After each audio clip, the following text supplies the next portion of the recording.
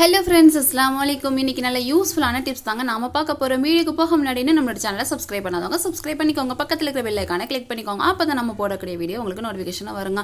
இது பார்த்தீங்க அப்படின்னா வாந்தி, மயக்கம், தலை சுற்று, பித்த மாதிரி அனைத்து வியாதிகளும் நீங்கக்கூடிய ஒரே மருந்து இது தாங்க. நீங்கள் வீட்டிலேயே இந்த லேகியத்தை செஞ்சு வச்சிட்டிங்க அப்படின்னா நீங்கள் வந்து காலையிலையாக இருக்கட்டும், நைட்டாக இருக்கட்டும், ஒரு ஸ்பூன் அந்த டேபிள் ஸ்பூனுக்கு ஒரு ஸ்பூன் நீங்கள் சாப்பிட்டீங்க அப்படின்னா உங்களுக்கு ஏற்படக்கூடிய வாந்தி, மயக்கம், தலை சுற்று, பசியின்மை, இன்னும் நிறைய எக்ஸட்ரா அவ்வளோ வியாதிகளுக்கும் பார்த்தீங்கன்னா இந்த ஒரே மருந்தாங்க. அதை நாம எப்படி வீட்டிலேயே ரெடி பண்ணலாம் பார்க்கலாம். அதுக்கு முக்கிய காரணம் என்ன அப்படின்னா, நம்ம வந்து அதிகமாக வந்து வீட்டிலேயே உட்கார்ந்த இடத்துலையே அப்படி டிவியோ செல்ஃபோனோ அப்படி இல்லைன்னா கம்ப்யூட்டரோ பார்த்துட்டே வந்து நாம் வந்து டீ அந்த மாதிரி பொருட்களை அதிகமாக வந்து சாப்பிட்டுட்டே இருக்கிறதுனால நம்மளுக்கு வந்து அதிகமாக வந்து பித்தம் வந்து தலைக்கு ஏறி அதுக்கப்புறம் தலை தான் வந்து ஃபஸ்ட்டு வந்து சுத்த ஆரம்பிச்சு அதுக்கப்புறம் வந்து வாமிட் வந்து நம்மளுக்கு வந்து ரியாக்ட் ஆகுது. அதுக்கு பார்த்தீங்க அப்படின்னா இந்த வந்து பித்த மருந்தை வந்து டெய்லி ஒரு ஸ்பூன் காலையிலும் நைட்டு நீங்கள் வந்து ரெகுலராக சாப்பிட்டீங்க, ஒரு 5 days 6 daysக்கு சாப்பிட்டீங்க அப்படின்னா உங்களுக்கு அந்த மாதிரி வந்து தலை சுற்று, பித்தம், வாந்தி எதுவுமே இருக்காதுங்க. இது ஒரு நல்ல ஏர்டைட் கண்டெய்னரில் போட்டு மூடி வச்சிட்டிங்க அப்படின்னா உங்களுக்கு ஈஸியாக இருக்குங்க. இது தயாரிக்கிறதுக்கு எப்படி வந்து வீட்டிலேயே ரெடி பண்ணலன்னு வாங்க பார்க்கலாம். அதுக்கு முக்கியமான பொருள் என்னென்னு பார்த்தீங்க அப்படின்னா இந்த 5 பொருள் தான் ரொம்ப முக்கியமான பொருளுங்க. வேறு வந்து எக்ஸ்ட்ரா வந்து நம்ம எதுவுமே சேர்க்க போகிறதில்ல. அதில் ரொம்ப முக்கியம் பார்த்தீங்க அப்படின்னா கொத்தமல்லி. நீங்கள் வந்து இயற்கையாக கிடைக்கக்கூடிய கொத்தமல்லியை வந்து நல்லா வறுத்துட்டு ஃபஸ்ட்டு பவுடர் பண்ணி எடுத்துக்கோங்க. நான் வந்து இன்றைக்கி பேக்கெட்டில் தான் வாங்கியிருக்கேன். பவுடர் பண்ண கொத்தமல்லி தான் வந்து நான் வாங்கியிருக்கேன். இது வந்து கரெக்டாக ஒரு 50 கிராம் போதும். நான் இன்றைக்கி 100 கிராம் வாங்கியிருக்கேன். இது பாதி மட்டும் சேர்த்துக்கலாம். 50 கிராம் பார்த்திங்க அப்படின்னா கொத்தமல்லி பவுடராக இருந்தாலும் கொத்தமல்லியாக இருந்தாலும் 50 கிராம் எடுத்துக்கோங்க. அதோட 50 கிராம் காஞ்ச கருப்பு திராட்சை எடுத்துக்கோங்க. அச்சு வெல்லம் கேட்டிருக்கேன். இங்கே வந்து பார்த்திங்க அப்படின்னா நம்ம ஊரில் வந்து வெல்லம் வந்து நீளமாக இருக்கும், இங்கே வந்து உருண்டையாக இருக்குது. அச்சு வெல்லம் வந்து ஒரு 50 கிராம் எடுத்துக்கோங்க.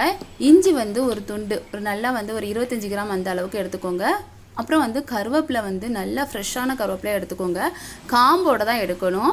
நீங்கள் வந்து உதிர்த்தி எடுக்க தேவையில்லை. அது வந்து நல்ல ஒரு பெரிய மிக்சி ஜாரில் போட்டு நல்லா வந்து பல்ஸ் பண்ணி எடுத்துக்கலாம். ஃபஸ்ட்டு வந்து இந்த மல்லிப்பொடி வந்து 50 கிராம் சேர்த்துக்கிறேன்.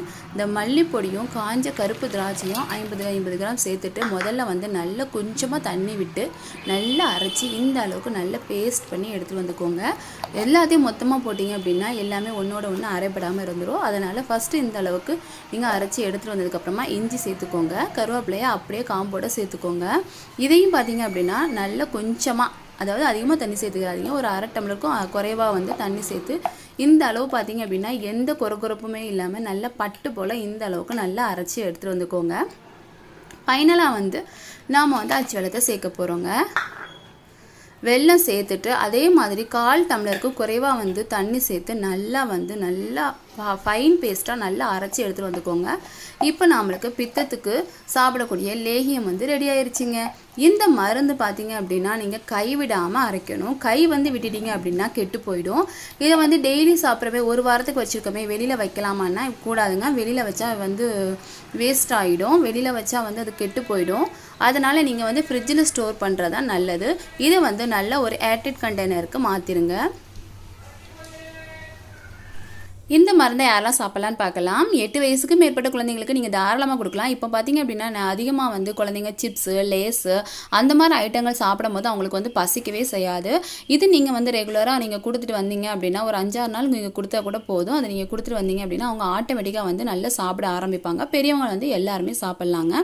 இது வந்து நம்ம நேச்சுரலாக இயற்கையான பொருளை மட்டும் தான் நம்ம சேர்த்துருக்கோம். அதனால் எந்த பாதிப்பு எந்த இடையூறும் ஏற்படாதுங்க. இந்த வீடியோ உங்களுக்கு பிடிச்சா லைக் பண்ணுங்கள், ஷேர் பண்ணுங்கள், சப்ஸ்கிரைப் பண்ணுங்கள். தேங்க்ஸ் ஃபார் வாட்சிங்.